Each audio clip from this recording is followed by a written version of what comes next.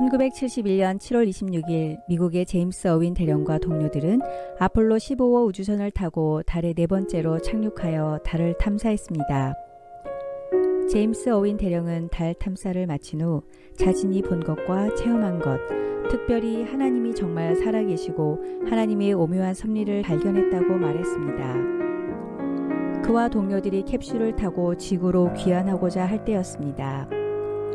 캡슐은 지구 가까이 오면 세 개의 낙하산이 펴져 서서히 안착하게 되어 있었습니다. 그런데 어윈 대령이 낙하산을 펴려고 스위치를 누르자 두 개만 펴지고 하나는 펴지지 않았습니다.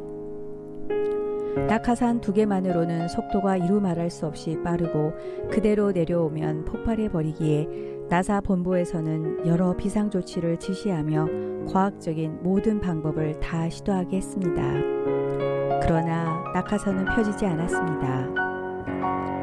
나사 본부에서는 곧 아폴로 15호가 공중에서 폭파할 것이라며 공포에 쌓였고 직원들과 가족들은 애끓는 심정으로 하나님께 기도드렸고 어윈 대령 또한 간절히 기도했습니다.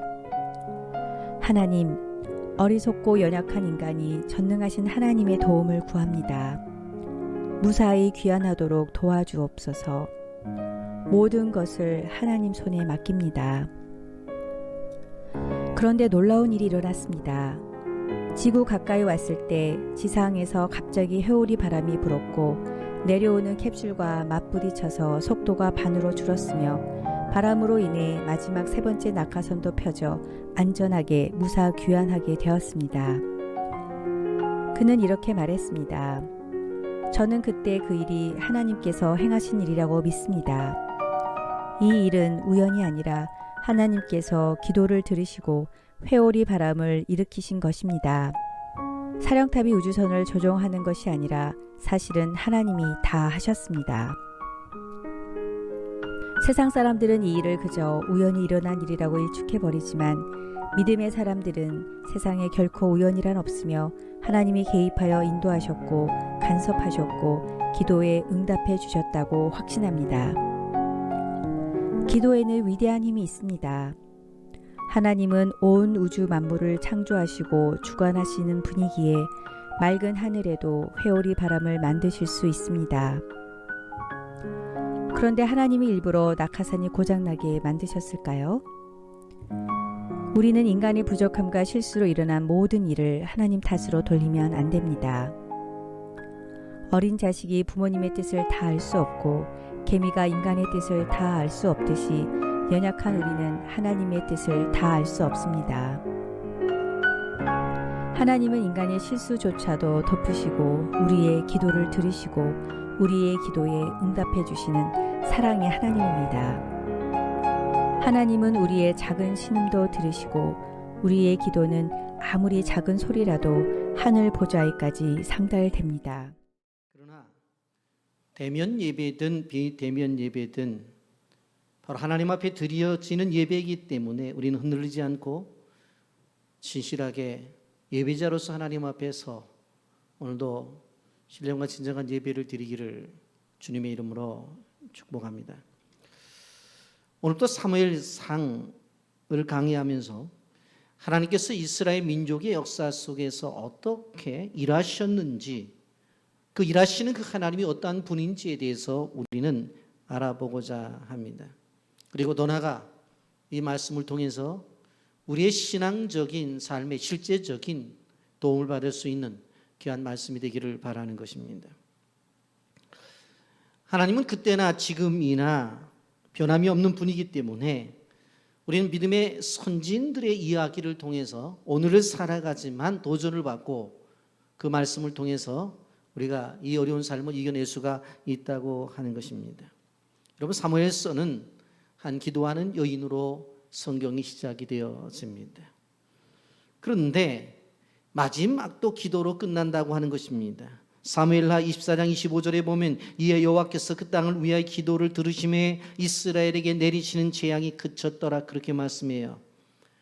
이스라엘 왕인 다윗 왕이 회개 기도를 통해서 국가적인 재앙이 멈췄다는 내용으로 사무엘서가 끝나요. 그러니까 사무엘서 전체를 보게 되어지면 이 사무엘서는 기도로 시작했다가 기도로 마친 성경이라고 그렇게 말씀을 드릴 수가 있습니다. 한 조각가가 예수님의 형상을 조각했습니다. 작품이 너무 신비로워서 와서 보는 사람들마다 바로 감탄을 합니다. 감탄을 하던 한 성도가 조각가에게 물었습니다. 선생님, 어떤 방향으로 보아야 이 작품에서 예수님을 발견할 수가 있습니까? 어떤 방향으로 보아야 이 작품 속에서 진정한 예수님을 볼 수가 있나요? 그때 이 작가가 이렇게 말을 합니다. 이 작품 속에 나타난 예수님을 발견하기 위해서는 무릎을 꿇고 보십시오. 그러면 예수님을 뵐 수가 있습니다. 그렇습니다. 이 코로나 시대를 지나면서 영적으로 긴장하지 아니하면 세상의 흐름에 떠나려 갈 수밖에 없는 존재가 우리라고 하는 것을 우리는 알고 있습니다. 이럴 때 우리는 기도로 깨어 있어야 됩니다. 오늘부터 시작되어지는 이 사무엘서 강해를 들으면서 영적으로 무릎을 꿇고 들으시기를 바랍니다. 기도를 강조하는 사무엘서가 그런 점에서 그런 마음을 가지고 우리가 말씀을 들을 때에 도움이 된다고 생각하게 됩니다. 기도를 통해서 주시는 어떤 하나님과의 친밀한 관계, 말씀을 통해서 깨닫고 그래서 주님과 좀 더 깊은 관계에 들어가는 주님의 종들이 되기를 예수님의 이름으로 축복합니다. 여러분, 이 세상을 향한 하나님의 뜻은 하나님 나라의 완성이셨습니다. 그러면 이 하나님 나라의 이 땅의 세움을 위해서 하나님께서 하신 것이 뭐냐면 다윗 왕국을 먼저 세우셔서 실제적인 어떤 모델을 삼으셨는데 그 다윗 왕국을 세움에 있어서 중요한 인물이 누구십니까? 바로 사무엘 선지자입니다. 왜냐하면 바로 사무엘 선지자가 어린 다윗에게 바로 안수를 통해서 그에게 비전을 심어 주었기 때문에 그렇습니다. 그런데 그 사무엘 선지자가 어머니가 누구입니까? 바로 오늘 우리가 생각해보는 한나라고 하는 것입니다. 여러분, 우리가 이 사무엘서 시작의 시대적 배경을 보면 사사시대라는 것을 알 수가 있습니다. 사사시대를 한마디로 정리하자면 사사기 21장 25절 말씀에 보면 그때 이스라엘의 왕이 없으므로 사람이 각기 자기의 소견에 옳은 대로 행하였더라 그렇게 말씀하고 있습니다. 기준이 없다는 거예요. 기준이 있다고 한다면 자기 소견, 자기 생각이 기준이에요. 한마디로 말하면 사회적으로 그리고 도덕적으로, 윤리적으로, 신앙적으로 타락하고 혼란한 그러한 시대가 사사시대였던 것입니다. 그런 사사시대를 지나면서 하나님께서 한 왕을 세우셔서 이제 나라를 통치하기를 원했는데 바로 그것이 다윗 왕이었고 그때 당시에 영적 지도자가 바로 사무엘 선지자였습니다. 그럼 사무엘서 1장은 사무엘의 출생에 얽힌 비화를 보여주고 있습니다. 그런데 이 사무엘의 출생은 한 가정의 기쁨을 뛰어넘어 이스라엘 민족의 역사 속에서 큰 전환점을 만들어내는 사건이었다고 하는 것입니다. 성경을 보게 되어지면 이 사사시대를 뛰어넘어서 소위 말해서 왕정시대로 가는 그 과정이 바로 이 사무엘을 통해서 이루어지고 그 내용이 사무엘서에 기록이 되어져 있다고 하는 것입니다. 여러분, 이렇게 귀한 사무엘이 태어날 때에 신묘막측한 하나님의 섭리가 있었습니다. 하나님은 사무엘의 어머니 한나에게 고난을 주셔요. 그 고난 가운데서 이 한나는 기도를 해요. 그리고 그 기도의 결과에 의해서 사무엘이 출생이 되어지고 그 사무엘을 하나님 앞에 바친다고 하는 것들이 기록이 되어져 있어요. 이것은 하나님의 일하심의 일련의 과정이었어요. 여러분, 고난이 찾아오고 그 고난이 찾아올 때 기도를 하고 그 기도를 하면 하나님이 바로 응답을 해주신다고 하는 것은 예나 지금이나 바로 하나님께서 가르쳐 주시는 신앙의 하나의 방법이고 성경이 말하고 있는 성경의 어떤 관통의 흐름인 것을 바라볼 수가 있습니다. 그래서 성도는 꼭 기억해야 돼요. 고난, 기도, 응답. 고난, 기도, 응답. 따라서 하십시오. 고난, 기도, 응답. 꼭 기억하셔야 돼요. 그러면 이 가정에 찾아온, 한나에게 찾아온 현실의 고통이 도대체 무엇이었는가? 여러분, 우리가 세상을 살아가면서 문제가 없는 인생이 있는가? 없습니다. 문제가 없는 사람도 없고 문제가 없는 가정도 없고 문제가 없는 교회도 없어요. 어떤 분들은 나는 문제가 없는 교회를 다니고 싶다, 그래서 그 교회를 찾아간다고 그런 얘기를 해요. 죄송합니다만은 그 사람이 문제예요.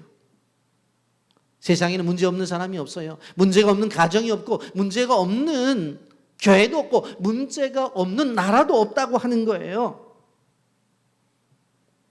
여러분, 그러면서도 우리가 코로나 시대를 지나면서 힘들다고 하지만 더 마음에 부담되고 힘든 것은 뭐예요? 지금이 힘든 것은 견뎌내겠는데 미래가 보이지 않는 거예요. 그러니까 더 힘든 거예요. 그것이 바로 한나의 상황이었습니다. 한나가 사무엘을 갖게 될 때의 사회적 배경은 어땠습니까? 특별히 그 상황적 배경 그리고 가정적 배경이 어땠습니까? 한나의 가정은 복잡한 문제를 가지고 있었습니다. 남편의 이름은 엘가나였습니다.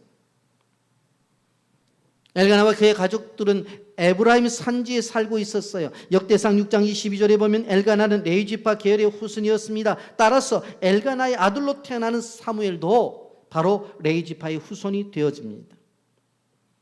사무엘상 1장 1절 말씀 보면 에브라임 산지 라마다임 소빔에 에브라임 사람 엘가나라 하는 사람이 있었더니 그는 여로보암의 아들이요 엘리후의 손자요 도의 증손이요 숲의 현손이더라. 그렇게 말씀하고 있습니다. 여러분, 그런데 한나에게 있어서 먼저 생각해 보는 것은 그의 남편 엘가나로부터 상처를 받고 있다고 하는 것입니다.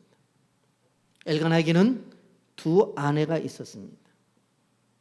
하나님을 섬기는 사람이라고 함에도 불구하고 그러한 지파의 사람임에도 불구하고 두 명의 아내가 있다고 하는 것은 그 시대가 얼마나 타락되어졌는지, 영적으로 혼란스럽고 어두운 시대였다는 것을 가르쳐주는 것을 볼 수가 있습니다. 사무엘상 1장 2절 말씀에 그에게 두 아내가 있었으니 한 사람의 이름은 한나요 한 사람의 이름은 분인나라. 분인나에게는 자식이 있고 한나에게는 자식이 없었더라. 그렇게 말씀하고 있습니다.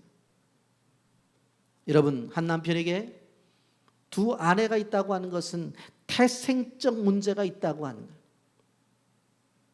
그런데 이 아내를 설명하게 되어질 때 성경은 뭐라고 말해요? 한 사람의 이름은 한나고 또 한 사람의 이름은 분인나라고 설명을 해요. 이 본문을 보게 되어진다고 한다면 우리가 내용적으로 볼 때에 한나가 본처고 분인나가 후처라고 하는 것을 직감할 수가 있어요. 그런데 바로 이어서 나오는 말씀이 무엇입니까? 바로 연이어서 나오는 것은 분인나에게는 자식이 있고 한나에게는 자식이 없었더라라고 설명을 합니다. 무슨 뜻인가 하면 우리 집에 딸 둘이 있는데 첫째 딸은 한나고 둘째 딸은 분인나다. 그런데 그 다음에 문제예요. 둘째 딸은 서울에 있는 명문대학에 다녀서 애가 착하고 얼마나 공부도 잘하는지 모르겠다고 때가 되면 장학금 탓한다고 그렇게 얘기를 해놓고는 한나는 대학도 떨어지고 그나마 취직도 못해서 저렇게 백수로 하루하루 살아가고 있다고 이렇게 표현하는 거예요. 먼저는 무엇을 얘기해요? 자연적 출생에 대한 지위를 이야기하죠. 큰 딸은 한나고 둘째 딸은 분인나다 이렇게 표현을 한다는 거예요. 그런데 그 다음에 표현은 뭐예요? 사회적 지위를 통한 성취에 대한 것을 이야기해요. 분인나는 이런 존재고 한나는 이런 존재다. 여러분, 이렇게 들었을 때 한순간에 상처가 되는 거예요. 이러한 말은 부모의 말이지만 고통스러운 거예요. 그런데 이름을 보면 어떤 뜻이 있어요? 한나는 은혜라는 뜻을 가지고 있고 분인나라는 뜻은 이 진주같이 보석처럼 예쁘다라는 뜻을 가지고 있어요. 우리 남자 집사님들한테 여쭤보겠는데 은혜스러운 게 좋다고 생각이 되어져요? 진주같이 보석처럼 예쁘다고 그렇게 표현되어지는 것이 더 좋다고 생각이 되어져요. 물론 우리 교회 집사님들은 다 은혜스러운 것을 좋습니다. 그렇게 표현할 것입니다만은 이 이름이 가지고 있는 의미도 우리에게 상처가 될 수가 있어요. 그런데 문제는 브릿나에게는 자식이 있었고 한나에게는 자식이 없었어요. 고대 이스라엘 사회 속에서는 자녀가 없는 여자에게는 큰 허물이 되었어요. 그래서 불임에 대한 고통과 아픔이 컸었다고요. 그런데 사회적으로 그렇게 하는 것들은 밀어놓고 그 남편으로부터 오는 고통이 더 컸던 거예요. 여러분, 그렇다고 해서 엘가나가 한나를 덜 사랑했느냐? 그거는 아니에요. 오히려 더 사랑해 주었어요. 최선을 다했어요. 당시에 화목 제사를 지낸 다음에 재물이 나오면 나눠 먹었는데 오히려 분인나보다 한나에게 2배를 더 줬어요. 사무엘상 1장 4절 5절 상관절 말씀 보세요. 엘가나가 제사를 드리는 날에는 재물의 분깃을 그의 아내 분인나와 그의 모든 자녀에게 주고 한나에게는 갑절이나 주니 그랬어요. 갑절을 주었어요. 분인나보다 2배를 주었다고요. 그런데 한나에게는 그것이 위로가 되질 않는 거예요. 왜 그래요? 혼자 있는데 음식을 많이 갖다 놔봤자 같이 먹을 사람이 없는데 그게 무슨 위로가 돼요? 분인나는 화목제사를 지난 다음에 한나보다도 분인나에게는 반밖에 안 줬다고. 그런데 이것을 갖다가 분인나는 자기 애들을 데리고 주면서 야, 그렇게 맛있냐? 아유, 내 새끼 그렇게 맛있어?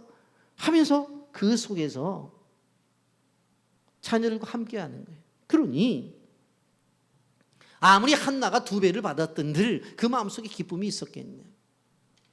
그것을 보고 이 남편 엘가나가 뭐라고 얘기를 해요? 사무엘상 2장 8절에 그의 남편 엘가나가 그에게 이르되 한나여 어찌하여 울며 어찌하여 먹지 아니하며 어찌하여 그대의 마음이 슬프냐? 내가 그대에게 10 아들보다 낫지 아니하냐.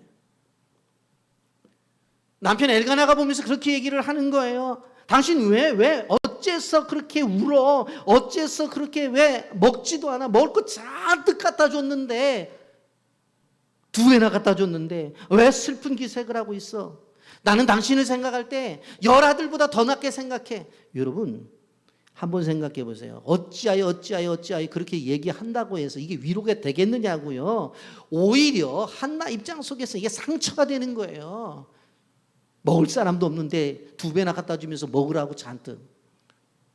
내가 이만큼 사랑하는데 당신 왜 그렇게 먹지 않고 마음이 슬프고 왜 이렇게 울고 있냐고.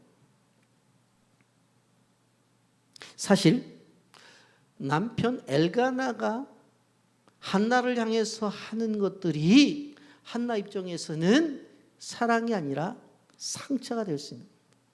더 나아가서 분인나로 인한 상처가 있습니다. 사무엘 1장 6절 하반절부터 7절입니다. 그의 적수인 분인나가 그를 심히 격분하게 하여 괴롭게 하더라. 매년 한나가 여호와의 집에 올라갈 때마다 남편이 그와 함께하며 분인나가 그를 격분시킴으로 그가 울고 먹지 아니하니 그랬어요. 여기 본문에 보면 적수인 분인나라고 그랬어요. 적이래. 한나하고 분인나하고 관계가 적이래요. 그리고 그를 심히 격분하게 만들어. 아주 분하게 만들어. 7절에 매년 한나가 여호와의 집에 올라갈 때, 교회에 올라갈 때 남편이 그와 함께하며 분인나가 그를 격분시킴으로 울고 먹지 아니에요. 교회를 같이 올라갔는데 예배를 드리러 올라갔잖아. 예배를 드리면 뭐해요? 예배를 드린 다음에 분인나가 뭐라고 한마디해요? 예배를 드리는 뭐해? 아이를 못 낳으면서. 기도를 드리면 뭐해? 아이도 못 가지면서. 그러니 한나 입장 속에서는 교회 가는 것도 상처예요. 예배 드리는 것도 상처라니까. 끊임없이 얘기하니까. 만나면 형님 아직도 애가 없어요? 뒤에 와서는 잠만 자면 뭐해? 아이도 못 가지면서. 이런 얘기들을 하니까 이게 얼마나 큰 상처겠어. 근데 더 큰 일은 뭐예요? 세 번째로 하나님으로 인한 상처예요. 사무엘상 1장 5절 하반절부터 6장 3번절에 뭐라고 말해요? 그러나 여호와께서 그에게 임신하지 못하게 하심으로. 6절에 여호와께서 그에게 임신하지 못하게 하심으로. 한나가 아이가 없었던 것은 자신의 문제가 아니라고요. 하나님이 허락을 하지 않는 거예요. 그러니 하나님에 대해서 얼마나 상처가 되겠어요. 내가 이렇게 괴로움을 당하고 아픔을 당하는데 하나님이 허락을 하지 않아. 여러분, 그러므로 우리가 한나의 고통을 보게 되어질 때는 뭐예요? 바로 남편으로부터 상처를 받고 있고, 분인나로부터 상처를 받고 있고, 그리고 하나님으로부터 인한 상처를 받고 있다 하는 것을 본문에서 볼 수가 있습니다. 그렇다고 한다면 이 상처를 받았을 때 한나는 어떻게 했느냐? 바로 우리가 중요하게 보는 것은 한나는 기도로 이 문제를 해결해 나갔다고 하는 것입니다. 여러분, 우리가 인생을 살다 보면 수많은 문제들이 나타나죠. 그래서 그것이 고통으로 찾아와 내게 근심이 되어져요. 그래서 불안하게 되어져요. 그런데 우리가 중요한 것은 무엇인가 하면 이러한 문제들이 나타날 때 우리가 어떻게 반응하느냐에 따라 우리 인생이 달라진다는 거예요. 여러분, 그 누구에게도 고통이 찾아오거든요. 누구에게도 근심이 찾아오고 아픔이 찾아온다. 그런데 그것을 우리가 어떻게 반응하냐는 거예요. 그것은 우리의 문제라는 거예요. 우리의 선택이라고 하는 거예요. 어떤 사람들은 그것이 찾아올 때 낙담해요. 어떤 사람들은 그것이 찾아올 때 두려움에 있어서 숨어버려요. 어떤 사람들은 그냥 그 문제를 가지고 좌절할 때가 있어요. 그런데 한나가 보여주는 것이 뭐예요? 그 문제에 대한 대응이 어떠냐냐? 기도로 그대로 나갔다고 하는 거예요. 자신이 풀 수 없는 문제를 기도했더니 하나님이 해결해 주셨다. 이것이 본문이 가르쳐주는 전체의 흐름이에요. 여러분, 우리는 구약성경 창세기에 가보면 창세기 30장에 레하와 라헬의 사건을 보게 되어지는데 이것이 꼭 본문에 한나와 분인나의 관계와 거의 똑같은 것을 볼 수가 있어요. 창세기 30장에 어떤 일이 벌어집니까? 야곱이 라헬을 많이 사랑했어요. 그런데 라헬이 아이를 못 낳아요. 근데 레아는 라헬보다 덜 사랑했는데 바로 이 레아는 아이를 낳았다고요. 그러니까 어느 날 라헬이 찾아와서 야곱에게 이야기하면서 뭐라고 말을 하냐면 나 좀 애 좀 낳게 해달라고 그렇게 요청을 해요. 그랬더니 야곱이 화를 내면서 아니 내가 하나님이 아닌데 어떻게 당신에게 애를 낳게 할 수가 있느냐고 그렇게 이야기를 해요. 그러면서 나는 하나님을 대신할 수가 없다. 여러분, 창세기 30장 1절부터 5절까지를 제가 읽어드릴게요. 라헬이 자기가 야곱에게서 아들을 낳지 못함을 보고 그의 언니를 시기하여 야곱에게 이르되 내가 자식을 낳게 하랴. 그렇지 아니하면 내가 죽겠노라. 야곱이 라헬에게 성을 내어 이르되 그대를 임신하지 못하게 하시는 이는 하나님이시니 내가 하나님을 대신하겠느냐.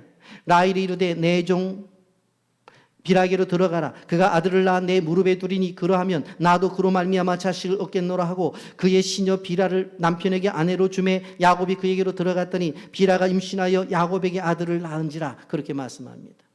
말씀 그대로예요.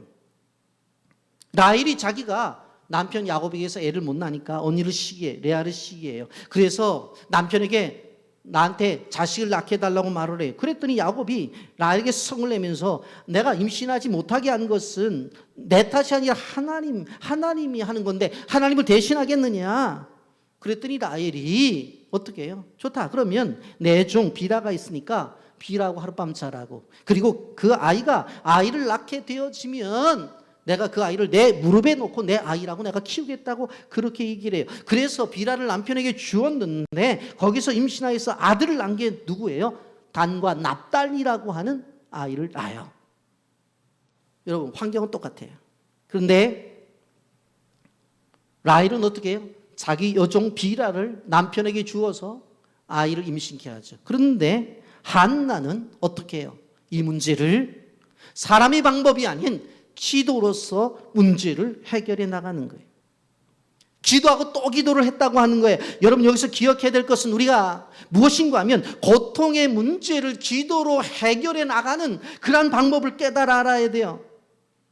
한나는 자신의 문제를 해결해 주실 분은 하나님 한 분뿐이라는 걸 알고 있어요. 그래서 기도하기로 작정을 했어요. 이 한나의 결도는 한나 개인의 문제를 해결했을 뿐더러 그 가정을 뛰어넘어서 한 국가를 이제 역사를 바꾸는 위대한 일이 되었다고 하는 것을 우리는 기억해야 되는 것입니다. 한나는 자신의 개인적인 고통의 문제를 해결하기 위해서 기도하며 나갔어요. 그런데 하나님은 그 일을 통해서 민족의 역사를 바꾸는 일을 진행하고 계시는 거예요. 여러분, 우리가 기억해야 될 것이 무엇인가 하면, 내가 정말로 기도하는 것이 나의 문제랄지라도 하나님 그것을 선용하셔서 단순히 나를 뛰어넘어, 가정을 뛰어넘어 더 나가서 역사를 바꿀 수 있는 그러한 일로 만들어내실 수 있다고 하는 걸 기억해야 돼요. 10절 말씀 보면 한나가 마음이 괴로워 여호와께 기도하고 통곡하며라고 그랬어요.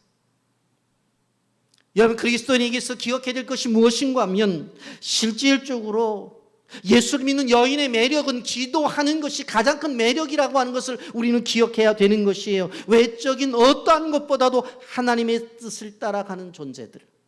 그래서 무릎을 꿇는 여인이 아름다운 것이고, 전도지를 듣고 복음을 전하는 여인이 아름다운 것이고, 선교지에 가서 이방인들에게 복음을 전하고 있는 선교적 사명을 감당하고 있는 사람들이 아름답다고 하는 것을 기억해야 되는 거예요. 고통 중에 기도합니다. 문제 가운데 기도합니다. 여러 문제가 있습니까? 그것은 가만히 갖고 있어야 될 문제가 아니에요. 기도해야 될 문제예요. 고통 중에 가만히 있으면 그 고통은 끊임없이 지속적으로 그대로 있을 뿐이에요. 여러분, 10장 12절 말씀 보세요. 한나가 마음이 괴로워서 여호와께 기도하고 고통과가며 소원하 이르되 만군의 여호와의 만일 주의 여종의 고통을 돌보시고. 자기 힘으로 안 될 줄 알면 기도해야 됩니다. 미래가 보이지 아니하면 기도해야 돼요. 그런데 우리는 자기 힘으로 되지 않음에도 불구하고 붙잡고 있어요. 그러니 그 고통이 그대로 유지되는 거예요. 미래가 보이지 않음에도 불구하고 기도하지 않아요. 그러니까 현실 속에 있는 아픔 속에 그대로 머물러 있는 거예요. 여러분, 고통의 문제를 기도의 제목으로 삼고 있는 한나가 기도의 장소로 삼고 있는 것을 또한 우리 봐야 돼요. 그는 성전 기도를 하고 있습니다. 물론 한나가 집에서 많이 기도를 했을 거예요. 그런데 한나가 이 기도의 응답을 받은 것은 어느 장소에 기도할 때 응답을 받아요? 성전에서 기도할 때 응답을 받는 거예요. 여러분, 물론 우리의 기도의 생활 어느 장소에 있든지 하나님은 들으시고 우리의 기도를 통해서 영광을 받으시고 응답을 주신다는 것은 분명해요. 그럼에도 불구하고 우리 성도에 있어서 교회 기도라고 하는 성전 기도는 무엇보다 중요하다는 것을 우리는 깨달아 알아야 돼요. 사무엘상 1장 9절부터 10절에 보면 그들이 실로에서 먹고 마신 후에 한나가 일어나니 그때 제사장 엘리는 여호와의 전 문설주 곁 의자에 앉아 있었더라. 한나가 마음이 괴로워 여호와께 기도하고 통곡하며라고 말씀해요. 성전에 제사장이 있고 그 생전에 제사장이 보는 그 앞에서 한나가 기도하고 있는 거예요. 그래서 기도하는 모습을 엘리 제사장이 보고 왜 술에 취했냐고 그렇게 이야기를 하잖아요. 여러분, 한나는 성전 기도를 통해서 응답을 받았는데 우리는 코로나 시대를 통해서 교회 문이 닫혀 있다고 하는 것이 얼마나 가슴이 아픈지 몰라요. 여러분, 마태복음 11장 13절과 마가복음 11장 17절, 누가복음 19장 46절에서 예수님이 뭐라고 말씀했어요? 내 집은 만민이 기도하는 집이라고 말씀을 하셨어요. 여러분, 이렇게 성전에서 기도를 하면서 또 한 가지 중요한 것은 한나는 서원 기도를 드렸다고 하는 것입니다. 분명히 이것은 나의 문제가 아니라 하나님의 문제라고 하는 것을, 하나님이 허락하시지 않았다는 것을 그는 알게 되어지자 이제는 하나님 앞에 승부수를 던져요. 오늘 성경이 그것을 말하고 있어요. 이것은 한나의 인생의 문제가 아니라, 한나가 가지고 있는 결핍의 문제가 아니라 하나님의 섭리 때문이라고 하는 것을 그는 알았어요. 여러분, 한번 생각을 해보세요. 한나 입장 속에서 얼마나 괴로운가. 분명코 브린나가 아이를 낳은 것을 보게 되어지면 이건 남편의 문제가 아니에요. 그러면 한나가 순간적으로 무엇을 느꼈을 거예요? 이건 나의 문제구나. 근데 하나님 앞에 기도하면서 어떻게 내 남편은 문제가 없는데 내게 아이가 없습니까? 라고 물을 때에 하나님께서 그에게 분명히 가르쳐 주셨을 거예요. 이것은 내 문제가 아니다. 너의 결핍의 문제가 아니다. 이것은 어떻게 보면 내 문제다. 그렇다고 한다면 내가 하나님 앞에 이 아이를 드리는 헌신의 기도를 드리겠습니다. 여러분 1장 5절 6절에 보면 이렇게 말씀합니다. 한날에 갑절에게 주니 그는 사랑합니다. 그러나 여호와께서 그에게 임신하지 못하게 하시니 6절에 여호와께서 그에게 임신하지 못하게 하심으로 그의 족수인 분이 나가 그를 심히 격분하게 하여 괴롭게 하더라 그랬어. 이러한 상황 속에서 하나님의 뜻을 깨닫고 서원 기도를 드립니다. 11절 말씀입니다. 서원하여 이르되 만군의 여호와여 만일 주의 여종의 고통을 돌보시고 나를 기억하사 주의 여종을 잊지 아니하시고 주의 여종에게 아들을 주시면 내가 그의 평생에 그를 여호와께 드리고 삭도를 그의 머리에 대지 않겠나이다. 철저하게 날씬히 눈으로 드리겠다고 그렇게 말하고 있는 것을 볼 수가 있습니다.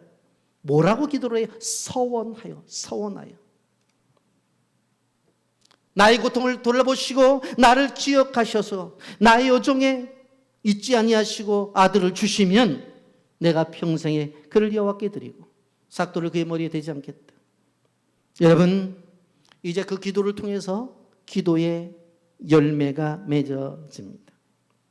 여러분 이러한 기도를 드릴 때에 13절에 보면 입술만 동하고 음성은 들리지 않은 것 같아요. 아주 작은 소리로 하는 마음의 기도를 드렸던 것입니다. 그런데 그러한 기도조차도 하나님이 정확하게 들으시고 응답을 주신 것을 바라볼 수가 있습니다. 우리는 하나님 앞에 기도할 때 이렇게 찬양을 드리잖아요. 어둠에 밝은 빛을 주시고 너희 작은 신음에도 응답하시니 너는 어느 곳에 있든지 주를 향하여 주를 바라볼지니라. 우리의 작은 신음에도 응답하시는 분이라고 분명히 말씀을 하고 있습니다. 이러한 기도, 이 기도가 어떠한 기도였어요? 이 기도는 본문에 보니까 첫째 축복받은 기도였어요.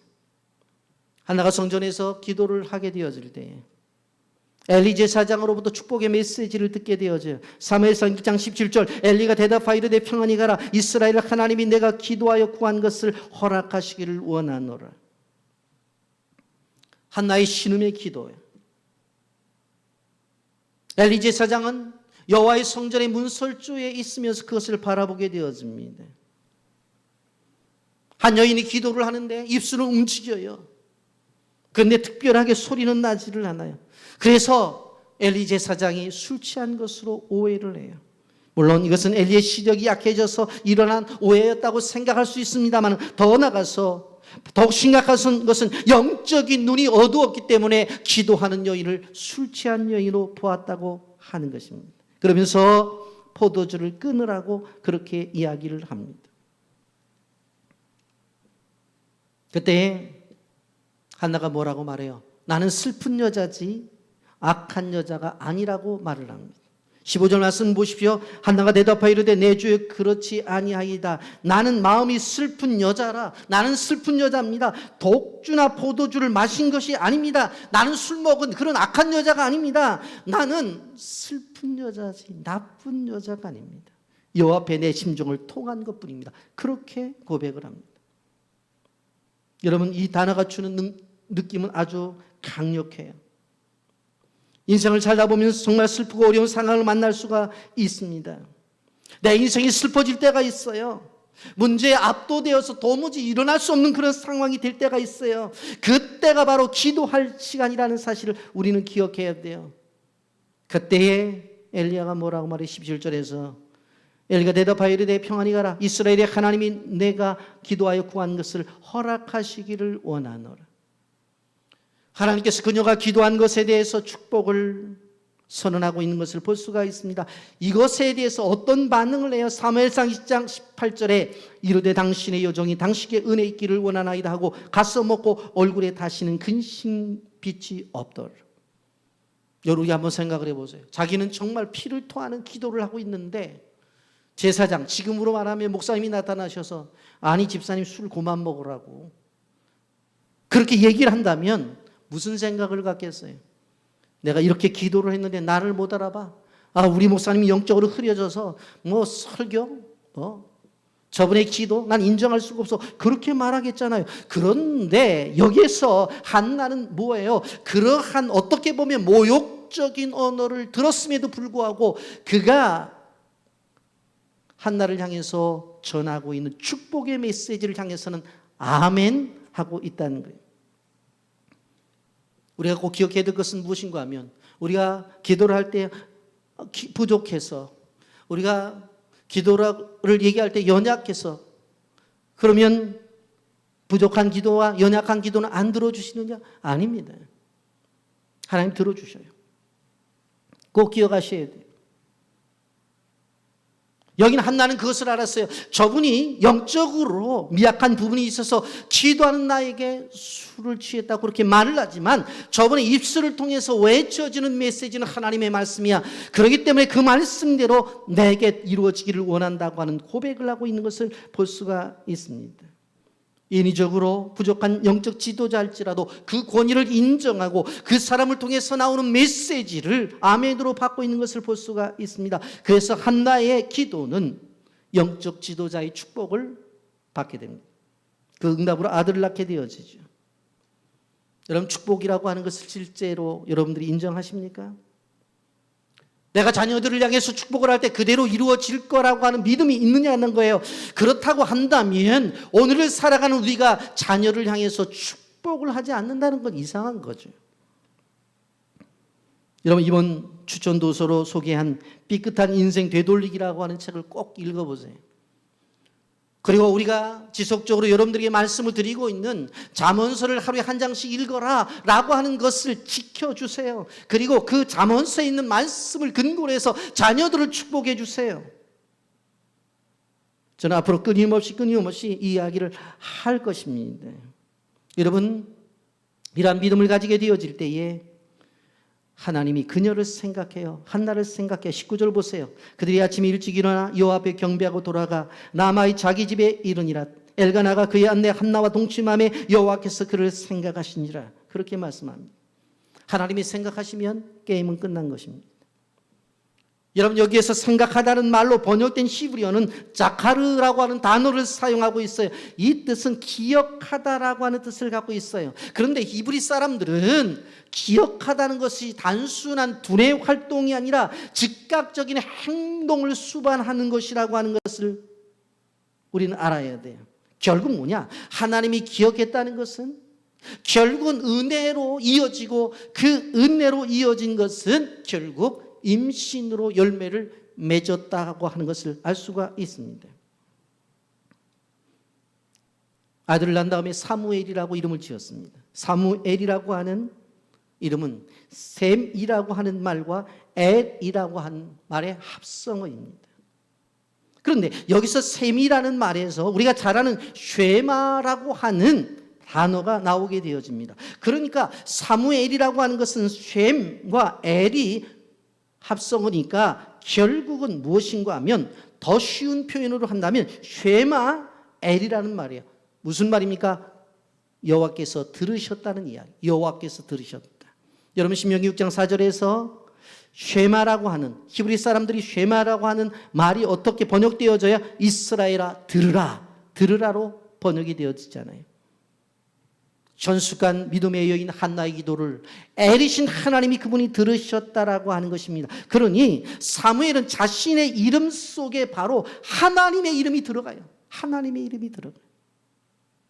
사무엘상 1장 20절에 보면 한나가 임신하고 때가 이름에 아들을 낳아 사무엘이라 하였으니 이는 내가 여호와께 그를 구하였다 하미더라. 여러분, 그러니 사무엘이라고 하는 이름 자체가 사무라는 것이 결국은 쉔이라는 것이잖아요. 그러니까 기도라고 하는 그것과 엘 하나님. 그러니까 사무엘이라는 이름 속에 기도와 하나님이라는 이름이 동시에 다 들어갔다고 하는 거예요. 여러분, 엄마가 고통 중에 아이를 기도하면서 임신하고 난 것도 중요하지만 그의 아들이 기도의 사람이 되었다고 하는 것이 더 중요하다고 하는 것을 우리는 기억해야 돼요. 여러분이 사무엘서 전체를 보면서 끊임없이 사무엘 선지자가 기도하면서 사역을 감당할 것을 우리는 보게 되어질 것입니다. 여러분, 급변한 세상 속에서 우리를 지켜주고 보호해 주실 분이 누구예요? 하나님이에요. 그렇다고 한다면 그분에게 나가 기도를 해야 돼요. 그럴 때 세상을 이길 수가 있다고 하는 것입니다. 여러분, 기도의 응답으로 한나가 사무엘을 받은 다음에 그 이전의 고통은 사라져 버렸어요. 그 이전의 근심은 한순간에 잊어져 버렸어요. 오히려 더 나아가 감사가 있게 되었던 것입니다. 여러분이 고난 속에 우리를 기도한다면 운동의 소리를 건져내실 거예요. 수렁에서 끌어내 주실 거라고 하는 것을 기억해야 되는 것입니다. 그리고 더 나아가서 주님이 주신 은혜로 말미암아 새 노래를 부를 하나님의 백성으로 우리를 세우실 거라는 것을 기억해야 됩니다. 기도가 무엇입니까? 우리가 고통 중에 있을 때 하나님 앞에 우리의 문제를 아뢰니까 주님께서 그 문제 소리를 건져내 주시는 게 기도예요. 여러분, 그렇기 때문에 절대로 포기하지 마세요. 소망 가운데 기도하십시오. 하나님의 해결해 주실 줄을 믿고 무릎을 꿇으십시오. 또 한 가지 여기서 할 수 있는 것이 무엇입니까? 구한 것 이상으로 받게 되었다는 이야기입니다. 여러분, 하나님께서 한나가 서원 기도를 하게 될 때 응답을 해 주시죠. 그래서 임신하고 사무엘을 선물로 받게 되었어요. 그런데 성경을 읽으면서 재미난 것은 무엇인가 하면 이 사무엘의 출생과 함께 분인나라고 하는 이름은 사라져 버린다는 거예요. 나오지를 않아요. 분인나의 이름은. 아마 분인나의 사명은 실질적으로 한나를 괴롭혀서 한나를 기도의 여정으로 만드는 그 사역을 위해서 분인나가 나타나지 않나 생각을 해요. 뭐 그렇다고 해서 우리 집사님 권사님들 가운데서 야, 내가 다른 사람 고통을 줘서 기도자로 만들자 해서 고통을 주자, 그런 생각은 하지 마세요. 이제 분인나라라는 존재가 실질적으로 한나에게는 뭐 필요 없게 되었어요. 그리고 아무것도 아니에요. 왜? 자기도 아이를 낳았는데. 여러분, 한나는 서운한 대로 아이가 젖을 뗄 때 여 앞에 데리고 가서 뵙게 하고 영원히 그 앞에 있게 약속한 것을 지키는 것을 볼 수가 있어요. 사무엘상 1장 24절부터 28절 말씀에 보면 젖을 뗀 후에 그를 데리고 올라갈 새 수소 3마리와 밀가루 1에바와 포도주 1가죽부대를 가지고 실로 여호와의 집에 나갔는데 아이가 어리더라. 그들이 수소를 잡고 아이를 데리고 엘리에게 가서 한나가 이르되 내 주여 당신의 사심으로 맹세하나이다. 나는 여기서 내 주 당신 곁에 서서 여호와께 기도하던 여자라. 이 아이를 위하여 내가 기도하였더니 내가 구하여 기도한 바를 여호와께서 내게 허락하시니라. 그러므로 나도 그를 여호와께 드리되 그의 평생을 여호와께 드리나이다 하고 그가 거기서 여호와께 경배하니라. 서원한 대로 아들을 데리고 하나님의 전에 가요. 그리고 드릴 때에 여기에 보면 그냥 아이만 드린 게 아니라 여기 숫소 3마리, 물가루 1에바와 포도주 1가죽부대, 여호와의 집에 나갔다고 그랬어요. 제물과 함께 하나님 앞에 드린 것을 바라볼 수가 있습니다. 여러분, 이거 쉬운 것이 아니에요. 그렇게 어려운 과정 속에서 아이를 낳게 되어져요. 충분히 한나가 이렇게 말할 수도 있었을 거예요. 하나님 분명히 약속을 했습니다. 그런데 애를 키우다 보니까 이 아이 정말 제가 키우고 싶습니다. 이제 젖되게 되어지는데 이 아이가 아장아장 걷는 것도 보고 싶고요. 유치원에 다니는 것도 보고 싶고요. 유치원을 졸업하고 초등학교에 다니는 것도 보고 싶고요. 정말 보고 싶어요. 그때 가서 좀 아이가 하나님 앞에 드려지면 안 될까요? 충분히 그럴 수 있는 거예요. 그에게도 모성애가 있었으니까. 그런데 그러지 않아요. 냉정하게 드리면서 나실인으로 살게 하잖아요. 나실인으로. 그런데 그거로 끝납니까? 그렇지 않잖아요. 사무엘상 2장 21절 말씀 보면 여호와께서 한나를 돌보시고 그로 하여금 임신하여 세 아들과 두 딸을 낳게 하셨고 아이 사무엘은 여호와 앞에서 자라나니라 그랬어요. 하나님께서 아이를 주셨는데 어떻게 주셨어요? 그냥 임신을 해서 아들 셋이 나오고 딸 둘이 나오는 것이에요. 수적으로 계산하면 5배의 은혜를 받게 된 것을 바라볼 수가 있습니다. 여러분, 기도할 때에 하나님께서 우리에게 응답을 주시고 응답에 대한 약속을 지키게 되어질 때에 더 큰 하나님의 축복을 주신다고 말씀하고 있는 것을 바라볼 수가 있습니다. 말씀을 정리합니다. 하나님은 성도의 기도를 통해서 일하시기를 기뻐하시는 분이십니다. 여러분, 한나가 드린 기도는 자기 개인을 위한 기도였어요. 그런데 그 작은 기도가 큰 일을 행하시는 것들을 우리는 바라볼 수가 있습니다. 우리의 작은 기도가 하나님의 큰 사역을 이룰 수 있다는 사실을 기억해야 되는 것입니다. 그런데 우리는 이 본문을 보면서 예수님이 가르쳐 주신 산상보훈의 기도와 어떻게 이렇게 일맥상통할까 하는 것을 느끼게 됩니다. 이런 마태복음 7장 7절부터 8절에 이렇게 말했어요. 구하라 그리하면 너희에게 주실 것이요, 찾으라 그러면 너희에게 찾아낼 것이요, 문을 두드리라 그리하면 너희에게 열릴 것이니 구하는 이야마라 받을 것이요, 찾는 이가 찾아낼 것이요, 두드리는 이에게 열릴 것이니라. 한나를 보십시오. 구했죠. 자녀를 달라고 입으로 구합니다. 뭐예요? 말의 기도예요. 이 말 기도. 그런데 구하는데 끝나지 아니하고 기도가 끝난 다음에 누구를 찾아가요? 남편을 찾아가잖아요. 둘째 찾으라. 기도가 끝난 다음에 난참을 찾아가요. 행동하잖아. 행동 기도에. 그리고 세 번째 문을 두드리라고 그랬죠. 남편과 동침을 합니다. 여러분 지금까지 수많은 날들을 남편과 잠자리 했을 거예요. 그런데 그렇게 생각이 되어진다면 그날 밤 잠자리에 동침을 쉽게 결정하지 않았을 거예요. 그런데 오늘 밤에는 분명코 아이가 태어날 것이라고 하는 믿음이 있었어요. 말기도, 행동기도, 믿음의 기도. 여러분 눈물의 기도를 드렸을 뿐인데 하나님은 민족의 지도자를 세우셔요. 그리고 사무엘을 통해서 이제는 사사시대가 끝나고 왕정시대로 이어지는 놀라운 축복을 주는 거예요.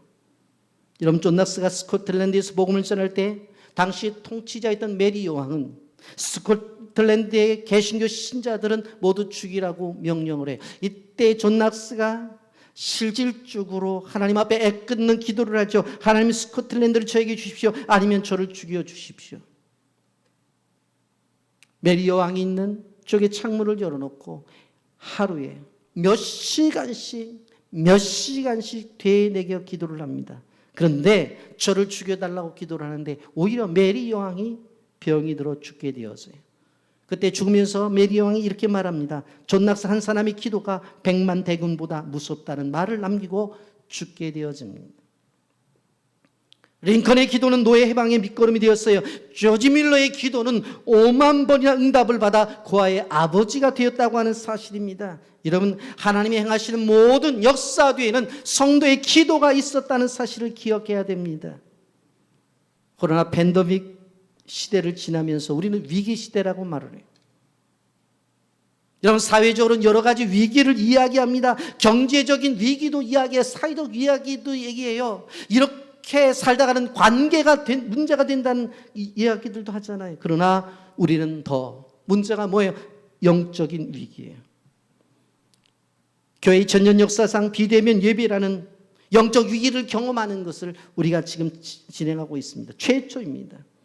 그렇기 때문에 많은 경우에 영적인 이 하나님 우리에게 주신 은혜가 후퇴할 수 있다고 이야기들 하고 있어요. 그러나 절대로 그렇게 생각하지 마세요. 이 코로나 시기에 우리는 영적으로 더 진보할 수가 있다고 하는 것입니다. 비대면 예배를 드린다 할지라도 바뀔 수 없는 것이 신앙의 본질이에요. 하나님과의 우리와의 관계는 절대로 변할 수가 없다고 하는 것입니다. 그렇기 때문에 그것을 기억하면서 우리는 오늘도 이렇게 가정에서 신령과 진정으로 예배를 드리고 하나님 앞에 기도를 드리는 거예요. 이러한 시대기에 이 시대는 더욱더 기도가 절실할 때예요. 이러한 시대 때에 하나님 앞에 기도를 드리면 하나님이 들으신다는 사실을 기억하시기를 바랍니다. 하나님이 귀를 여시고 우리가 기도할 때에 누가 기도하는지 그 음성을 들으신다는 사실을 기억하시기를 바랍니다. 그러니 성도 여러분 기도의 열정을 잃어버리지 마십시오. 지금 서서 어떤 장소에 있든지 간에 주님 앞에 나가 구하십시오. 한나의 기도를 통해서 하나님이 어떻게 역사하는지 말씀을 들으셨다고 한다면 오늘 우리도 우리의 기도를 통해서 한나가 경험한 이 놀라운 하나님의 역사를 경험하는 하나님의 백성들이 되기를 예수님의 이름으로 축복합니다. 아멘.